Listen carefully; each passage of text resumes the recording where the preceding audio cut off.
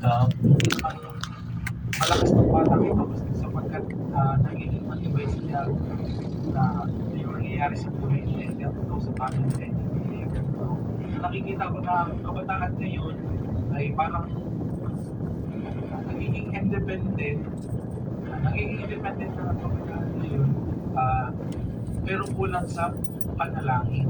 Kaya sabi ko sa kanila, yung mga nararanasan yung kaya na lang nilagi sa panalangin. At ako bilang nung nagbigay ng dogma, isa lang na-realize ko sa pagkabataan ngayon, para bang pag-usaping family, minsan ayaw nilang pag-usapan kasi sila yung sasaktan.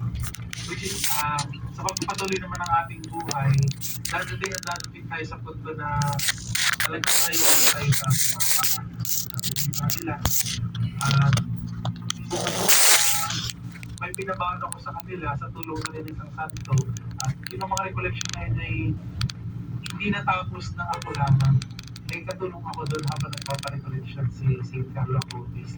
Binigyan ko sila ng ilang mga kasabihan ni St. Carlo Acutis na sabi ko ay baonin nila sa kanilang paglalakbay. Nila po ito. Kaya maraming salamat. Ay, sa kaya. Ay.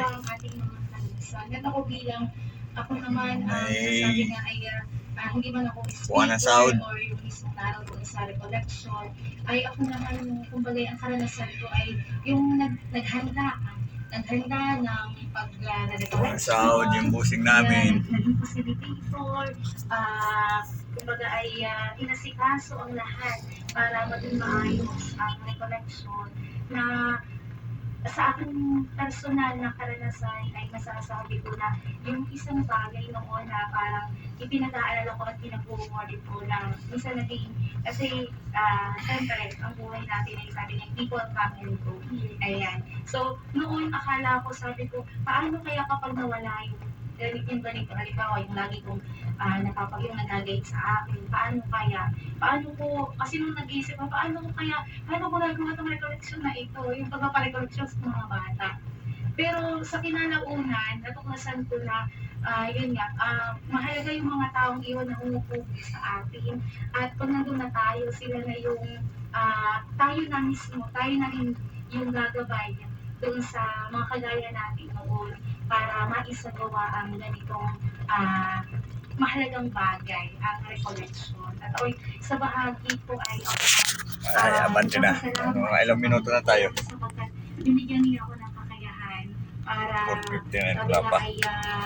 Mga 5 minuto pa. Kumbaga ay maging Kain na, boss.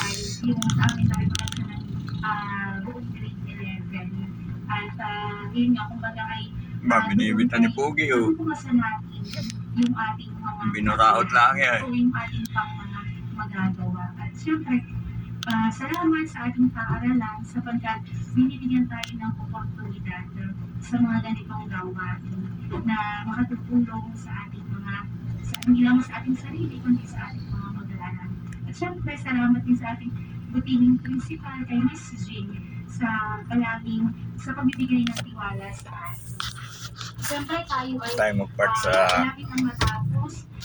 Siguro ay maaari tayong magbigay ng mensahe o kumbaga ay mga nais natin isang salita o isang pangungusap na maaari natin iwan sa ating mga tagapakinig na magbibigay sa kanila ng inspirasyon na kumbaga ay nakabatid pa rin doon sa mga turo ni St. Teresa of the Child Jesus. Sige ba, Irish? Sa akin po, ang pinakang tumatak dun sa kanta na ang mabuhay sa pag-ibig. Ang mabuhay sa pag-ibig ay pagbibigay. Ay, man. Salamat, Ma'am Irish. Yata. Yes, Miss Gagan. Ano yung maiiwan ng mensahe? Gayahin lang po natin si St. Teresa na yung little way po niya na lahat po ng ating ginagawa ay ialay po natin sa Diyos. Ayan, maraming salamat. Sige, Mr. Carpio. Masasabi ko lang po ay kagaya din po ng ginagawa po ni St. Teresa. Sa lahat po ng ating po mga ginagawa, gawin po natin ito may pagmamahal po. Ayan, talaga naman. Gawin natin ang may pagmamahal. Okay, sige, Ma'am